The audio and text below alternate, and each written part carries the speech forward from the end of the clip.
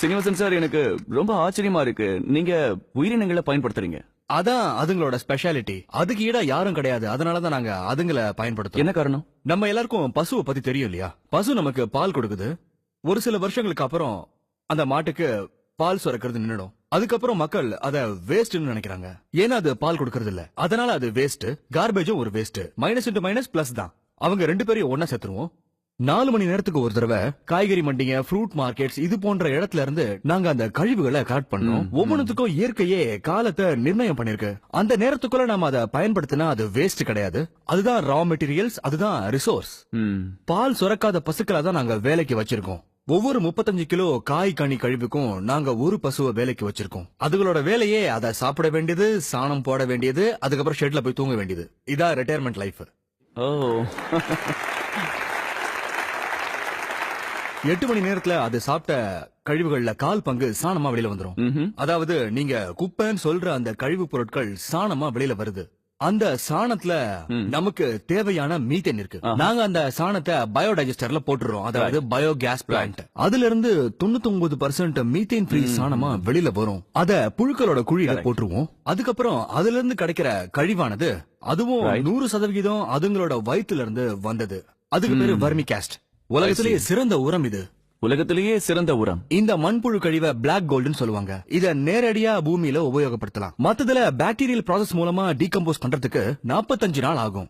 இப்போ ஒரு உதாரணம் சொல்றேன். திங்கட்கிழமை காலையில அம்மா வீட்ல காய்கறி நறுக்குறாங்க. அதாவது காலையில 6 மணிக்கு. 9 மணிக்கு எங்க வண்டி வந்து அந்த வேஸ்ட கலெக்ட் பண்ணிடும். 10:30 மணிக்கு அத பசுக்களுக்கு போட்டுருவோம். 6 மணிக்கு சாணமா அது ரெடி ஆயிடும். அத பயோடைஜஸ்டர்ல போட்டா மீத்தேன் இல்லாத சாணமா வெளியில வந்துரும். உடனே அத மண்புழு குழியில போட்டுருவோம். மறுநாள் மாலையோ இல்ல அதுக்கு அடுத்த நாள் காலையோ, அதாவது 72 மணி நேரத்துக்குள்ள நம்ம கையில பிளாக் கோல்டு இருக்கும். உலகத்திலே இதுதான் ரொம்ப வேகமான ப்ராசஸ். எந்த மெஷினாலையும் இதை செய்ய முடியாது, செயற்கை சக்தியோட உதவி இல்லாம. உண்மையிலேயே பிரமாதம். உங்ககிட்ட செல்போன் இருக்கு, சார்ஜ் இல்லனா அது யூஸ்லெஸ். Technology fails. கரெக்ட். ஆனா பசுக்களோ எல்லாத்தையும் சாப்பிட்டுட்டு அதை எனர்ஜியா மாத்தி அதை நமக்கு தருது. மாட தினமும் ரீசார்ஜ் பண்ணாமலேயே. மத்த பிராணிகளை எப்படி பயன்படுத்துறீங்க? அதாவது கோழி என்ன பண்ணுது? சில நேரத்துல பசுக்கள் சாப்பிட முடியாத கழிவு பொருட்களும் வரும். அத கம்போஸ்ட் பெட்ல போட்டுருவோம். அந்த கம்போஸ்ட் பெட்ல இருந்து மேகெட்ஸ் வரும். மேகெட்ஸ்னா சின்ன சின்ன புழுக்கள். சின்ன புழுக்கள். கோழிங்களோட முக்கிய உணவு புழுக்கள் தான். அதாவது புழுப்பூச்சிகள் தான். இதை சாப்பிட்டுட்டு அடுத்த நாளைக்கு அழகான முட்டைகளா நமக்கு தருது. புழுக்களை பார்த்து முகத்தை சுளிக்கிறவங்க மறுநாள் டேபிள்ல உட்கார்ந்து அந்த ஆம்லெட்டை சாப்பிடுவாங்க. எந்த டெக்னாலஜியாலையும் இது சாத்தியம் கிடையாது.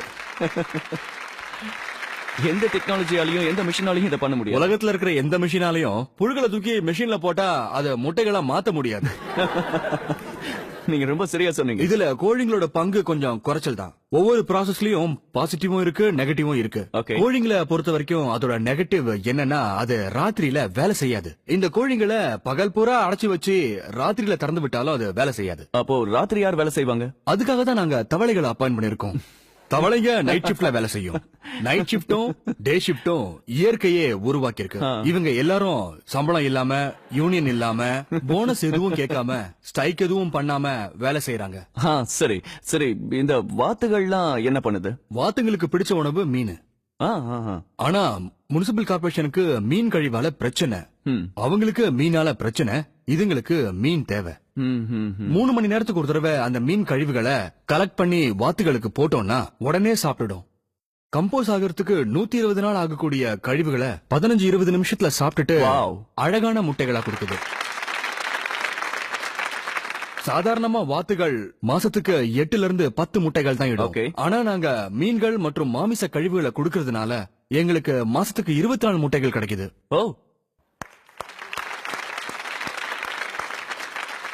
அப்ப 20 வாத்துகள்னா இன்னும் பல மடங்கு. ஆமா, எங்க கிட்ட 11 பெண் வாத்துகளுக்கு ஒரு ஆண் வாத்து வீதம் இருக்கு. ஏன் 11 பெண்ணும் ஒரு முட்டைகளுக்கு தான்? 11 பெண் வாத்துகளுக்கு ஒரு ஆண் வாத்து போதும்.